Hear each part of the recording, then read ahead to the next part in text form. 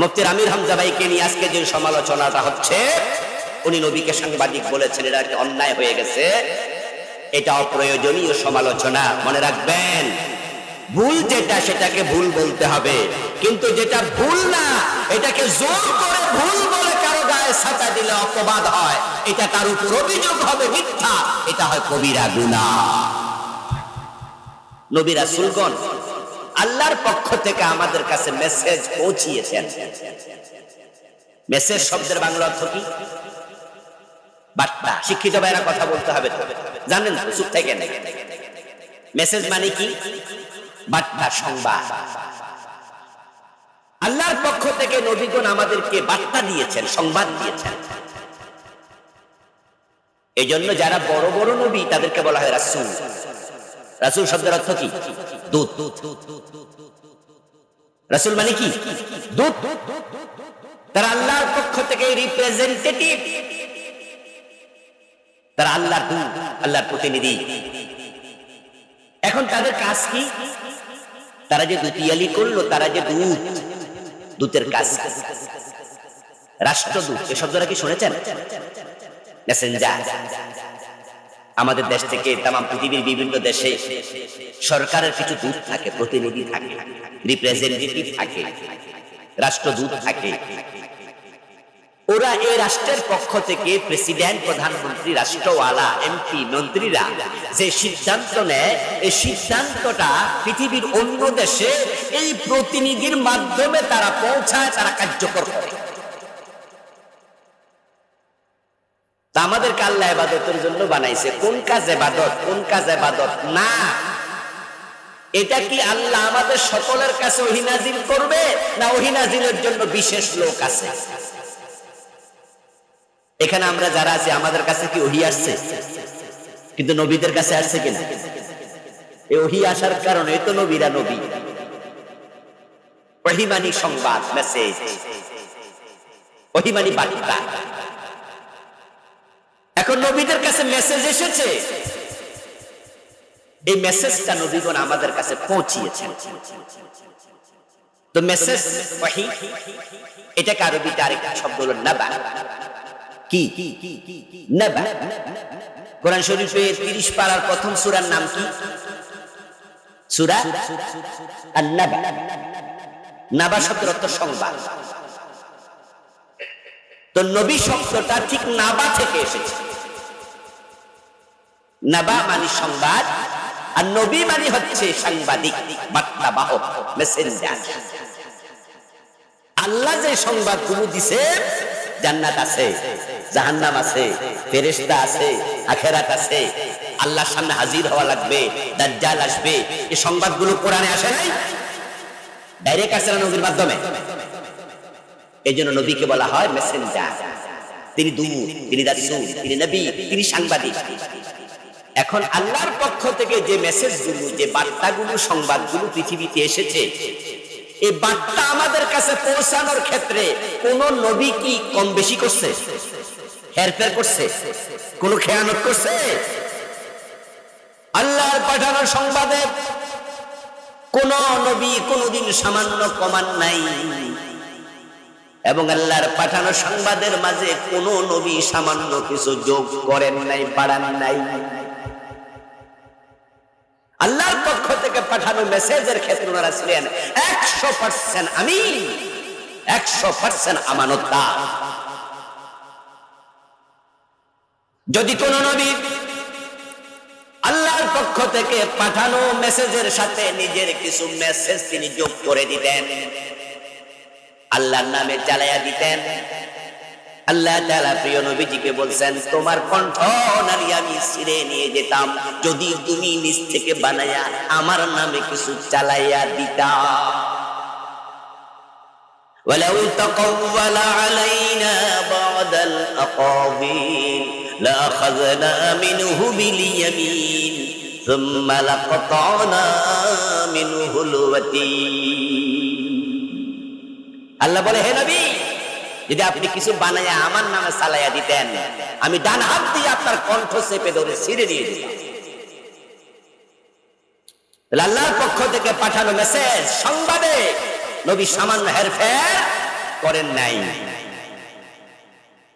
তিনি সংবাদ বাহক ছিলেন, তিনি সাংবাদিক ছিলেন। এই অর্থে নবীকে সংবাদ বাহক সাংবাদিক বললে কোনো অসুবিধা নেই, এটা আল্লাহই বলেছে। আরবিতে বলে নবী, বাংলায় বলে সংবাদ বাহক, বার্তা বাহক, প্যাসেঞ্জার। এটাকেই আমরা বলি সাংবাদিক। নবীজি সংবাদ দিয়েছেন আমাদেরকে। কোনটা ইবাদত? এখন এই ইবাদত আল্লাহ আমাদের শিখিয়েছেন। ইবাদতের সাথে আমাদেরকে জড়িয়ে দিয়েছেন। আমরা পৃথিবীতে ঠিক নিজের পূজা করার জন্য, নিজের পেট পূজা, নিজের ব্যক্তিত্ব পূজা, শুধু নিজকে নিয়ে ব্যস্ত থাকার জন্য পৃথিবীতে আল্লাহ আমাদের পাঠান নাই।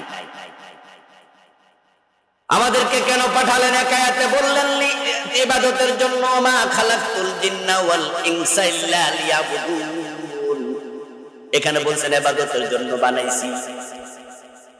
আর এক আয়াতে বলছেন কুনতুম খায়রা উম্মাতিন উখরিজাত লিন-নাস, তোমরা সৃষ্টির মাঝে সবার সেরা, তোমাদেরকে মানুষের কল্যাণের জন্য বানাইছি।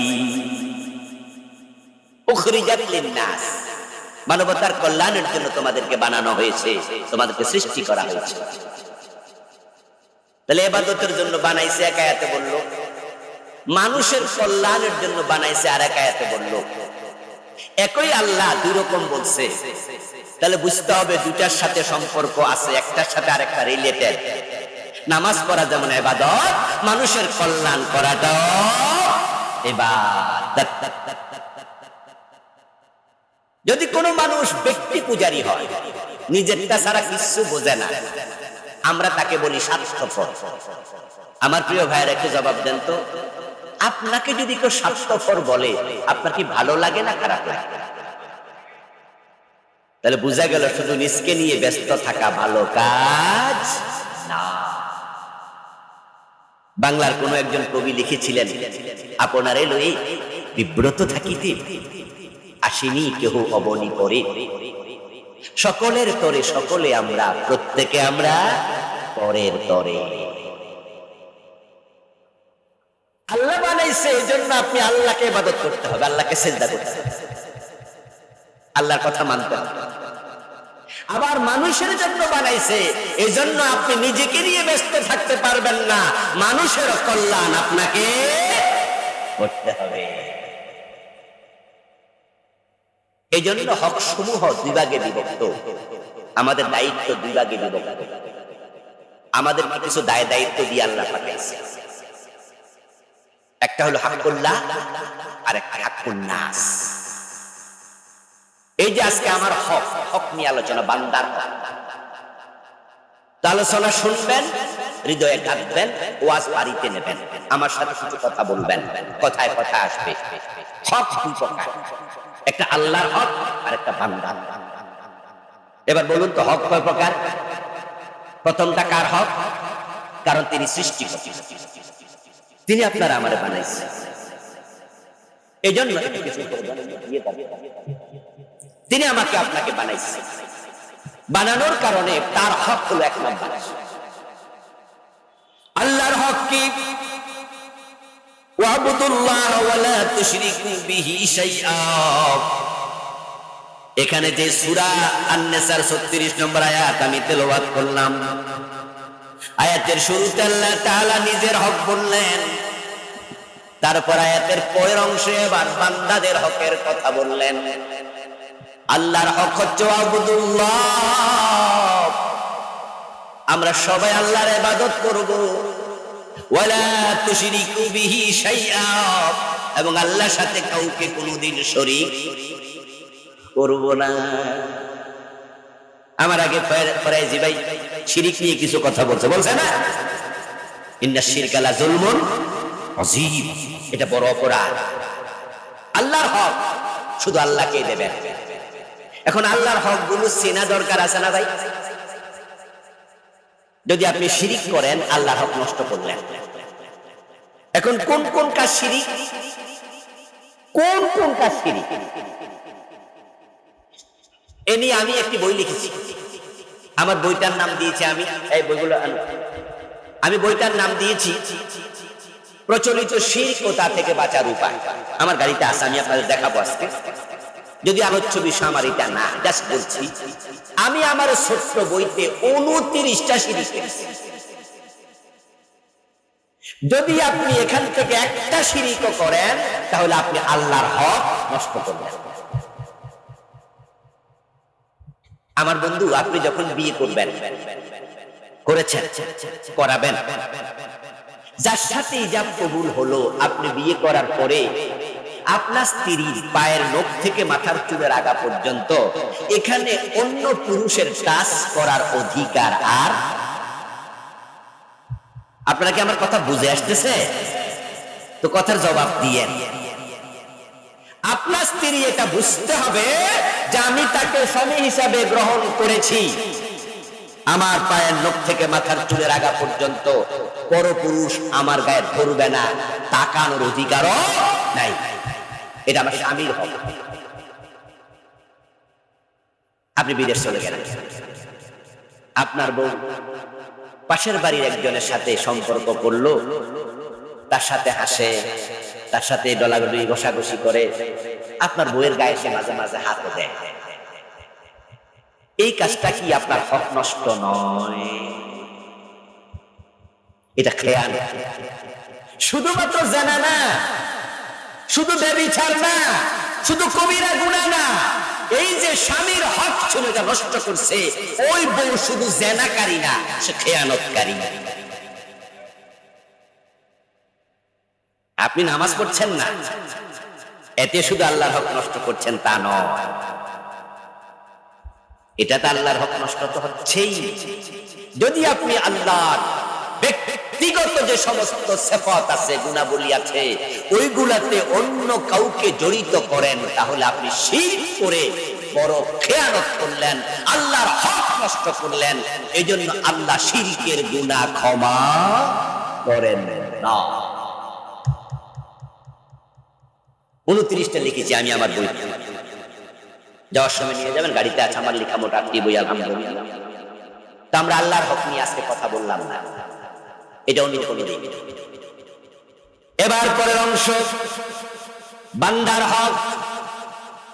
আল্লাহর যত বান্দা জমিনে আছেন, সব বান্দাদের মাঝে আমাদের সবচেয়ে কাছের মানুষ হলো আমাদের মা এবং বাবা। এই জন্য পৃথিবীতে যত মানুষ আছে, সব মানুষের মাঝে আমরা 1 নাম্বার হক আদায় করবো আমাদের মা এবং আমাদের বাবা। হাক্কুল ওয়ালিদাইন, মাতা পিতার হক। কোরআন মাজিদ আল্লাহ তাআলার জন্যই তার ইবাদতের প্রসঙ্গে কথা বলার পরে মা বাবার কথা অনেক জায়গায় বলেছিল, ওয়াকাদা রাব্বুকা আল্লা তা'বুদু ইল্লা ইয়্যাহু ওয়া বিল ওয়ালিদাইনি ইহসানা। আল্লাহর ইবাদত করো, মা বাবার প্রতি ইহসান করো। ওয়াবুদুল্লাহ ওয়া লা তুশরিকু বিহি শাইআ ওয়া বিল ওয়ালিদাইনি ইহসানা। এই আয়াতের মাঝে বলছে আল্লাহর ইবাদত করো, শিরক করিও না, এবং মা বাবার সাথে ইহসান করো, তাদের হক আদায় করো। আরে কায়দা আল্লাহ তাআলা বলেছেন, আনিশকুরলি ওয়া লিওয়ালিদাইক। ও দুনিয়ার মানুষ, আমি আল্লাহ বানাইছি, এজন্য আমার প্রতি কৃতজ্ঞ হও। এবং যে মা তোমার 9 মাস 10 দিন পেটে রাখছে, জীবনের ঝুঁকি নিয়ে প্রসব করছে, তোমাকে 2 বছর পর্যন্ত বুকের দুধ খাইয়েছে, তোমার প্রস্রাব পায়খানা 2-3 বছর ডান হাত বাম হাত বিহার কি একসাথে মুছছে, যে বাবা নিজের ঘাম পানি করে তোমার জন্য খরচ করেছে, আমি আল্লাহর প্রতি কৃতজ্ঞ হওয়ার পর ওই মা বাবার প্রতি তুমি কৃতজ্ঞ হও। এই জন্য দুনিয়া আমরা যাদের হক আদায় করব, আমাদের উপরে সবচেয়ে বেশি হক যার, তারা হচ্ছেন আমাদের মা এবং বাবা। এত বেশি হক দুনিয়ার কোনো মানুষের আমাদের প্রতি আর নাই। মায়ের হক, একজন সন্তান যদি গায়ের চামড়া ছিঁড়ে খুলে জুতা বানাইয়া দেয়, মায়ের হক আদায় হবে না। চাচা আব্দুল্লাহ ইবনে ওমর রাদিয়াল্লাহু তাআলা আনহু মক্কায় গেলেন, কাবা তাওয়াফ করছেন। কাবা তাওয়াফ করা অবস্থায় তিনি দেখলেন রাজুলান ইয়ামানিয়ান ইয়াতুফু বিল বাইত হামালা উম্মাহু আলা যাহরিহি। ইবনে ওমর খেয়াল করলেন একজন ব্যক্তি ইয়ামানের বাসিন্দা, সে তার মাকে কাঁধে নিয়ে আল্লাহর ঘর কাবা তাওয়াফ করতেছে। ইবনে ওমর তার দিকে একটু ভালো করে তাকাইলেন, জানি একটা মহিলা কাঁধে, একটা পুরুষ তার একজন মহিলাকে কাঁধে নিয়ে তাওয়াফ করছে। ওই লোকেরও চোখ গেল আব্দুল্লাহ ইবনে ওমরের দিকে। বাড়ি হলো ইয়ামান। হয়তো তিনি আব্দুল্লাহ ইবনে ওমরকে চিনতেন, অথবা তিনি কারো মাধ্যমে পরিচয় জানছেন যে এই লোকটারে সবাই সম্মান করছে, উনি আমার দিকে একবারে ভালো করে তাকাচ্ছে। কে উনি? বলে রাসূলের সাহাবী ওমরের ছেলে আব্দুল্লাহ। তাওয়াফ শেষ। দুইজনে তাওয়াফ শেষ করে আবার একসাথে হলেন।